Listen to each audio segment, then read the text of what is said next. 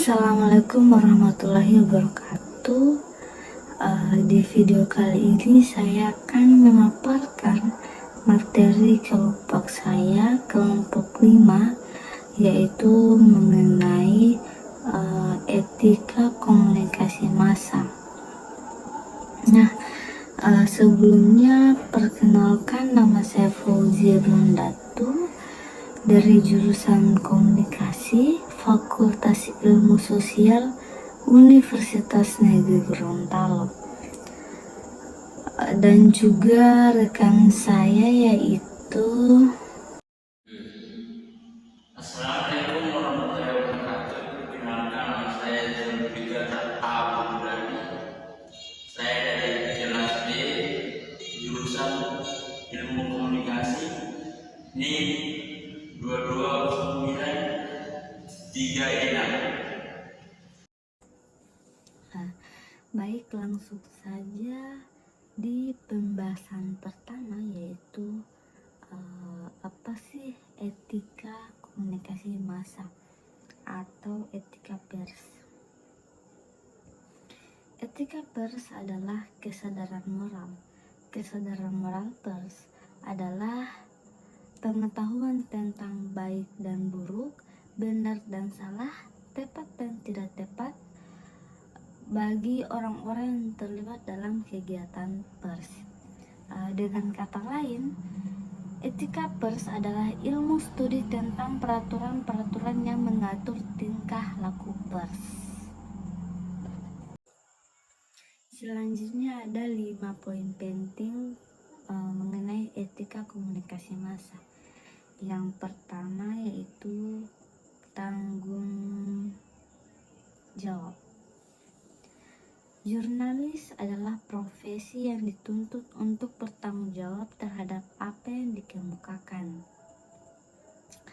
Jurnalis atau orang terlibat dalam komunikasi massa harus mempunyai tanggung jawab dalam memberitakan sesuatu. Apa yang diberitakan oleh media massa harus bisa dipertanggungjawabkan. Jika pemberitaannya memiliki konsekuensi yang merugikan masyarakat, maka pihak media harus ikut bertanggung jawab dan bukan menghindarinya. Yang kedua yaitu kebebasan pers. Adanya tanggung jawab pers tidak berarti bahwa media tidak boleh memiliki kebebasan pers. Kebebasan pers ini juga mutlak dipunyai oleh media massa. Dengan kata lain, kebebasan dan tanggung jawab sama-sama penting. Oleh karena itu, kita sering mendengar dengan istilah kebebasan yang bertanggung jawab, di mana semua orang termasuk jurnalis boleh bebas, tapi kebebasan itu harus dipertanggungjawabkan, bukan bebas sebebas-bebasnya. Kebebasan tetaplah penting, hanya saja dengan kebebasanlah berbagai informasi bisa disampaikan kepada masyarakat. Poin yang ketiga yaitu masalah etis. Masalah etis dalam konteks jurnalistis dan komunikasi massa memang berkaitan dengan kebebasan dari kepentingan yang dapat mempengaruhi objektivitas dan kebenaran informasi yang disampaikan. Jurnalis diharapkan mengabdi kepada kepentingan umum dan memastikan bahwa informasi yang disampaikan tidak terpengaruh oleh kepentingan pribadi atau kelompok tertentu. Oke, saya membacakan tentang presentasi saya, yaitu ketepatan dan objektivitas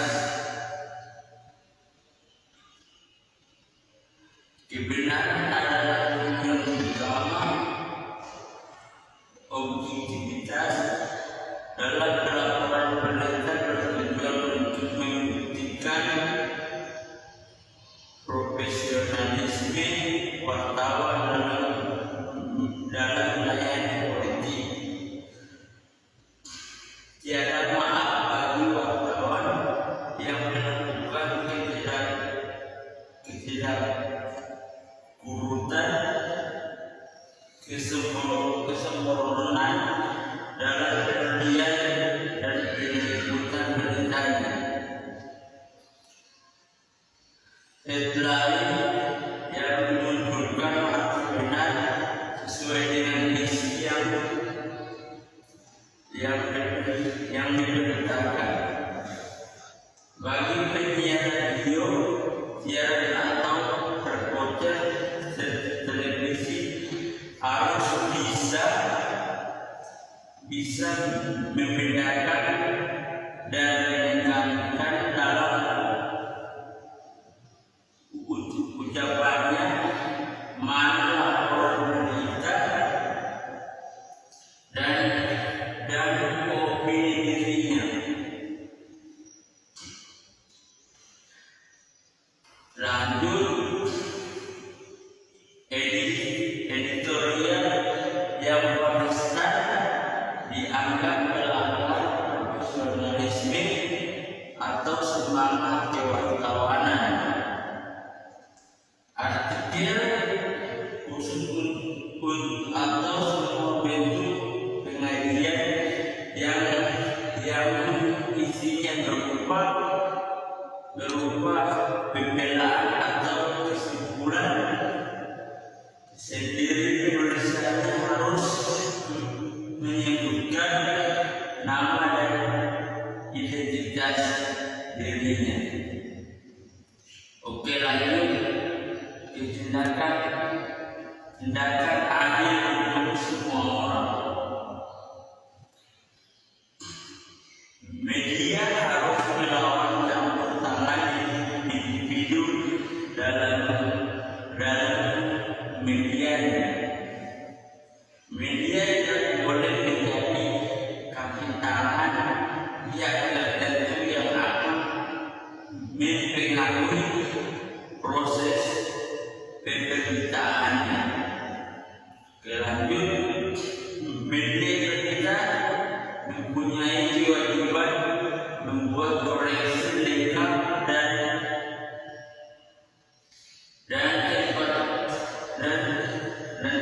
jika terjadi ketidaksengajaan, kesalahan yang dibuat, wartawan bertanggung jawab atas laporan beritanya kepada publik dan publik. Mendapat menyampaikan keberitaannya pada media. Media tidak perlu melakukan tuduhan yang bertubi-tubi pada seseorang atas atau kesalahan tanpa diberi kesempatan yang tertuduh itu untuk dilakukan pembelaan dan tanggapan. Oke, cukup sekian presentasi saya akhiri. Wassalamualaikum warahmatullahi wabarakatuh.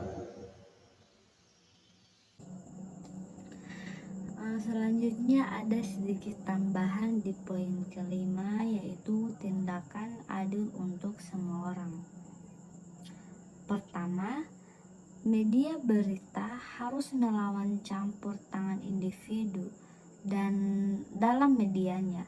Artinya pihak media harus berani melawan keistimewaan yang diinginkan seorang individu dalam medianya.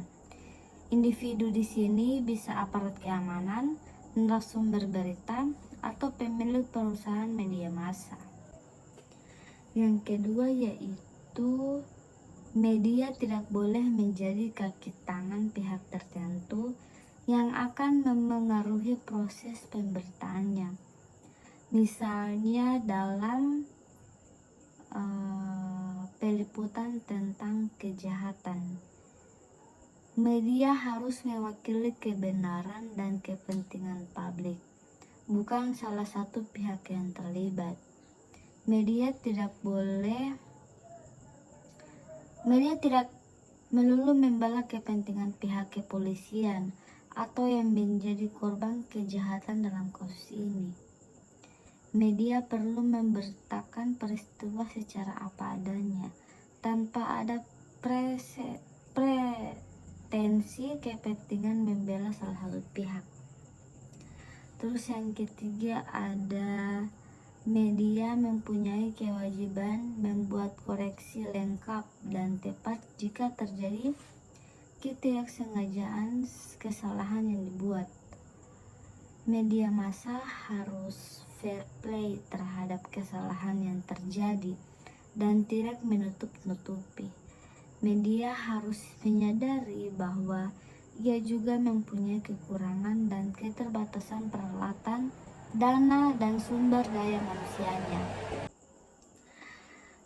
Keempat, wartawan bertanggung jawab atas laporan beritanya kepada publik, dan publik pun dapat menyampaikan keberatannya pada media. Dialog dengan pembaca, pendengar, penonton sudah selainnya dilakukan untuk membantu pengembangan media ke arah yang lebih baik. Ini berarti jika ada pihak lain yang merasa dirugikan dengan pemberitaan media massa, publik pun bisa memprotesnya. Media massa yang memberi kesempatan masyarakat untuk mengajukan keberatan dan protesnya tidak boleh menakut-nakuti, apalagi mengancam. Bagi media, publik adalah mitra untuk mengembangkan usahanya. Dan yang terakhir ada media tidak boleh melakukan tuduhan yang bertubi-tubi pada seseorang atas kesalahan tanpa memberi kesempatan sang tertuduh itu untuk melakukan pembelaan dan tanggapan. Jika memang orang itu bersalah, media tidak boleh terus-menerus memojokkan, apalagi melakukan trial by the press. Jika terjadi kesalahan, media harus memberi kesempatan orang tersebut melakukan pembelaan atau tanggapannya. Misalnya, sang tertuduh itu menghendaki wawancara utuh untuk mengklarifikasi pemberitaan dirinya. Kesimpulannya, etika komunikasi massa melibatkan tanggung jawab dalam menyampaikan informasi, menghormati keberagaman, dan menghindari manipulasi. Penting untuk memastikan bahwa media massa bertanggung jawab, akurat, dan menghormati nilai-nilai masyarakat demi menjaga integritas komunikasi. Baik, itulah hasil pemaparan materi dari kelompok saya, yaitu tentang etika komunikasi massa. Apabila ada kekurangan atau salah kata, saya memohon maaf yang sebesar-besarnya. Terima kasih. Wassalamualaikum warahmatullahi wabarakatuh.